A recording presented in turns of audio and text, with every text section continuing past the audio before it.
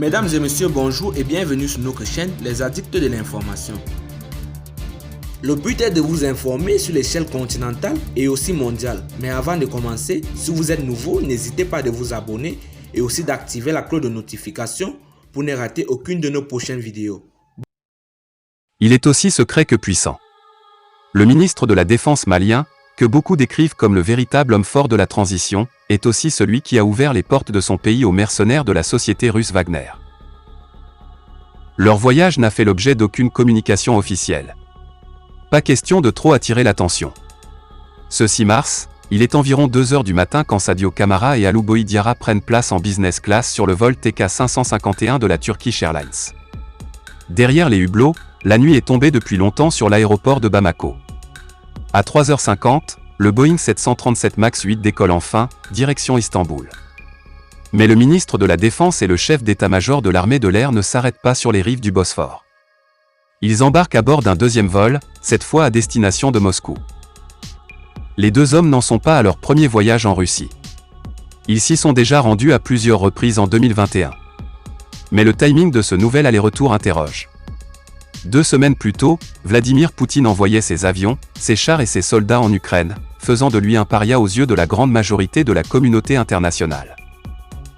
Le déploiement de Wagner. Pour le colonel Camara et le général Diarra, peu importe les lourdes sanctions contre Moscou ou les innombrables condamnations de cette guerre contre le peuple ukrainien, ce 6 mars, en fin d'après-midi, ils débarquent à l'aéroport international de Vnukovo comme si de rien n'était.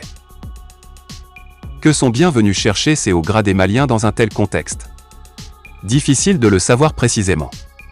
Seule une courte vidéo postée par le ministère russe de la Défense, le 11 mars, permet d'en savoir un peu plus. On y voit le colonel général Alexandre Fomin, le vice-ministre russe de la Défense, recevoir Sadio Camara dans une grande salle de réunion. Poignée de main, échange courtois. En commentaire, ce message, les parties ont discuté en détail des projets de coopération de défense existants, ainsi que des questions de sécurité régionale en Afrique de l'Ouest. Parmi les pistes explorées, de nouvelles livraisons d'équipements militaires russes aux forces armées maliennes, FAMA, à l'instar des 4 hélicoptères Mi-171 acquis par Bamako le 30 septembre dernier. Voilà pour cette réunion au ministère. Pour d'autres sources, il n'y a guère de doute sur le fait que Camara et Diarra ont aussi profité de leur séjour moscovite pour travailler sur un autre dossier, la poursuite du déploiement des mercenaires de Wagner au Mali. Partisan du rapprochement stratégique avec Moscou, Sadio Camara est en effet le principal artisan de l'arrivée de la nébuleuse de l'oligarque Evgeny Prigojine, un proche de Poutine, dans le pays.